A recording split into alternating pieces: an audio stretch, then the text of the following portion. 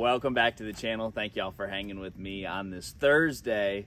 So I've done a few videos recently talking about my favorite baits, and I've included some topwaters, but I want to talk about why these topwaters really shine in the month of May. And I'm going to add another topwater. So I'm going to give you my 3 favorite topwaters anytime I'm bass fishing in the month of May.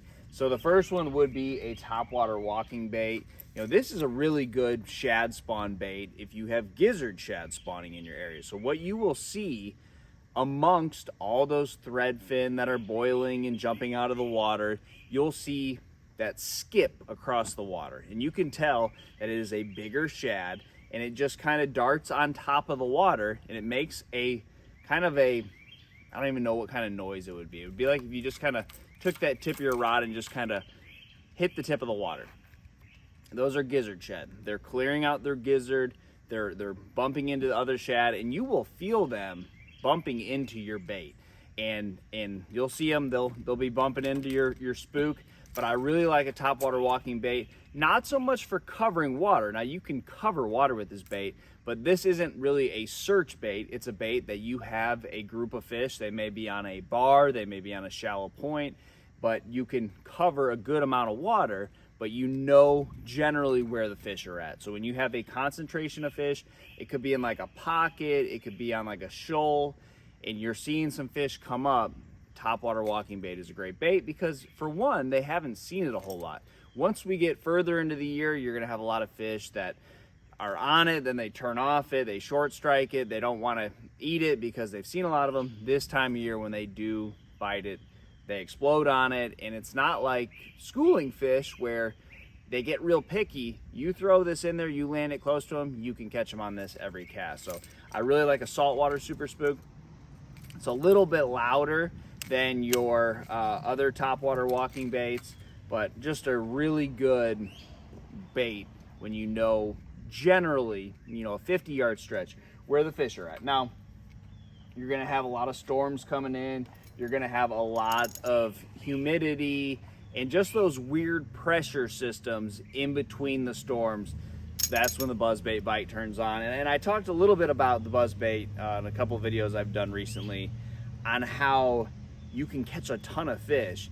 And if you have a specific area where there's a lot of fish and you're catching some on some other baits, like a lily pad field or any type of grass bed, this is one of those baits that just really shines this time of year. So I love a buzzbait. I love putting a horny toad on the back of it because you're gonna have shad spawn fish that bite this. You just really have a lot of good reasons to throw this. You know, the weather being one, the forage, nothing really imitates a bunch of threadfin flickering on top better than a buzzbait. So that is one that I always throw. And these baits are a lot like the same water column and stuff that you're going to catch fish on a swim jig and swim baits and all that. So these baits, they fish very similar. You can fish fast. They're not baits that you're just going to sit. They're very loud. They really have a lot of drawing power. Other topwater baits like a popper, good when you have high pressured fish, you know, schooling fish that have seen a million baits, or fish that are just, you know, sitting on one spot but they've been there for months. That's where the smaller, more subtle topwaters really shine. These are for when you need some drawing power and you have the bait and stuff in the areas and there's a lot of it. That's what's going on with this. Now the last one would be a frog. Now, I haven't been catching any on this big frog, but I have in the past caught some on this big frog. This one, I'm trying some different things out there. You know, I know bass in the post spawn like really big baits, so I'm trying some weird things. I haven't yet caught anything on this big frog yet, but I do have a lot of other frogs that I have been catching some on.